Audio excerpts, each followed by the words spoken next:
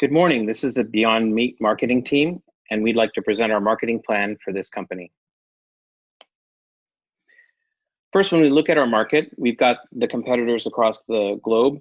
First, it's the beef companies. Secondarily, and probably the key competitors, are our tier one plant-based companies, such as Impossible Burger, Nestle Sweet Earth, Tyson has some plant-based food, and Kellogg's Morningstar. The tier two competition isn't really in place yet. We're not too worried about them right now. When we look at what is strong and weak and what we need to do to be successful, our strengths are a strong post-IPO balance of 276 million.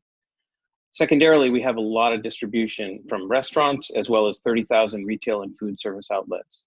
And we've done well in a taste test recently. A concern we have, weakness, is we're losing 9.4 million per quarter. That's part of our business plan. We intend to get to profitability soon. And then our pricing is too expensive to really take over the market as a whole. So at $12 a pound, we need to get it down a little bit. An opportunity to improve things is to match the cost of beef and also to get better supermarket placement. Not sitting next to tofu, we want to be right next to the beef. And probably the biggest threat is that if we're unable to penetrate the carnivores, meat eaters, that the vegetarians and vegans make up 5% and 3% of the US population respectively. So that could limit our growth in the end.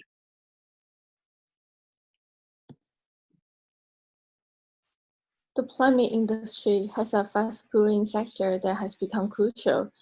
The distinctive part is that the player in the industry have a first-mover advantage that affects the pricing in the market. The distribution channel of the plant meat industry have well developed through the grocery store as well as ER outlet. Within the store, plant meat commodities are placed in similar location with the real meat item to make the client have wide selection. The thing is that is concerned to the plant meat industry is advertising and promotion that will require to be intense to cope with the direct attract from livestock farmer and those in real meat industry. Promotion will not only get new customer but also address the threat of the real meat sector. Next slide, please. The global meat industry is projected to grow by annual growth rate of 4% for a period between 2019 and 2023. The main market driver will be launch of new products. New products include plant-based meat. The plant meat industry is expected to grow by an annual growth rate of 8.6% between 2019 and 2025. The value of the industry was placed at $11.92 billion in 2019, and it is expected to reach around $21.23 billion by 2025. The growth in the plant meat industry is faster because its industry is still nascent. Next slide, please. Great. So before we get into marketing strategy, let's just talk a little bit about market research and some of what we found about Beyond Meat. So they market themselves as the future of protein, providing a plant-based alternative meat that is healthy and sustainable while tasting great. And they've really identified 4 factors that appeal to consumers on the environmental side. Number 1, human health. 2, climate. 3, preserving natural resources.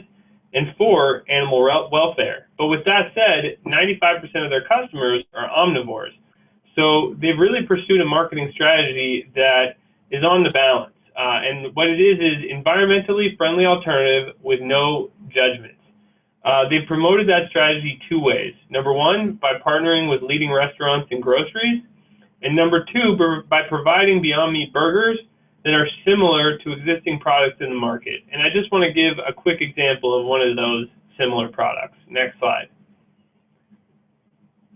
This is from McDonald's. This is the plant lettuce and tomato, which is a riff on the bacon, lettuce, and tomato. And that's just an example of how they've marketed Beyond Meat. Let me turn it over to the rest of my team to continue talking about the marketing strategy. So consumers in the meat market can be segmented into 6 key groups.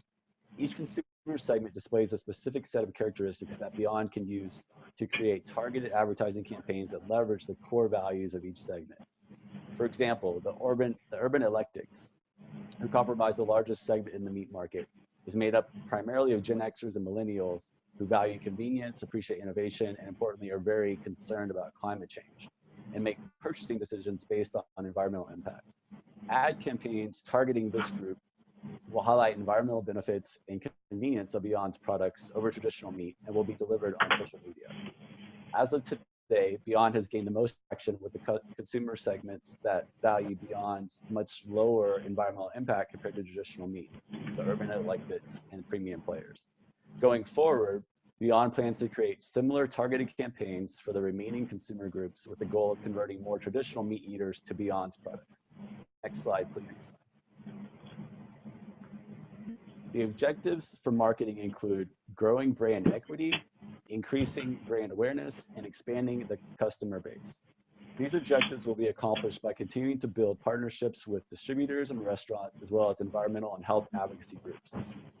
Marketing's goals are to continue to drive 2x revenue growth to achieve revenue targets of $427 million in 2020 and $1.7 billion in 2022. In addition, marketing is shooting to expand Beyond's market share in the alternative meat market to 25% and achieve an 8-to-1 revenue to spend ratio by 2022. I'll turn it over to Brad with more information. If we take a look at the marketing mix, we're really asking the question, how do we meet these objectives that Josh just went over? Again, that's build brand equity, brand awareness, and broaden the customer base. We could do that by a flexible introduction of products, mostly based on research and development success. We'll take, again, the familiar products for the consumer, such as ground beef, pork sausage and pulled pork, chicken breasts and pulled chicken, and develop those periodically for release to the customers. The goal would be every 2 years, so that we'll keep the customers happy with new releases, but not waiting too long so that they will get forward with the brand. Key products or key features in these products include quality, which is texture and taste. Again, the familiarity of the consumer with these products and how similar they are to the meat that exists. And lastly, exceptional customer service to match the quality of the project. Next slide, please. If we take a look at price, of course, so far the price has been high. This is driven mostly by research and development costs, and customers have been willing to pay a premium. This is buildability and the feeling of prestige in this early stage of our products, which comes with high costs. But at the same time, we've been incentivizing early adopters with coupons and exclusive deals through the website and other means. And we think that soon, when the efficiencies come in production and logistics, et cetera, the drivers of cost will come down, and we'll be able to market this product, the entire product line, at a more reasonable price, and while keeping the market. Next slide, please. So wrapping up the marketing mix, on the promotional side, we're very happy with the current marketing strategy that focuses on co-marketing with channel partners. We'd also like to enhance the marketing mix in 2 different ways. Number 1, increase marketing to food influencers like chefs, recipe websites, and cookbooks, educating people on how to use the ingredients. And number 2, we think that Beyond Meat needs its own solo advertising campaign to increase awareness of their value proposition. Next slide, please. Finally, on the place, Beyond Meat is available in about 40 countries today. However, international sales are just 7% of overall revenue in 2018. We think they can do a better job of increasing market share outside of the United States, and we'd like to also see them adopt their strategy to create new products that appeal to international tastes as well.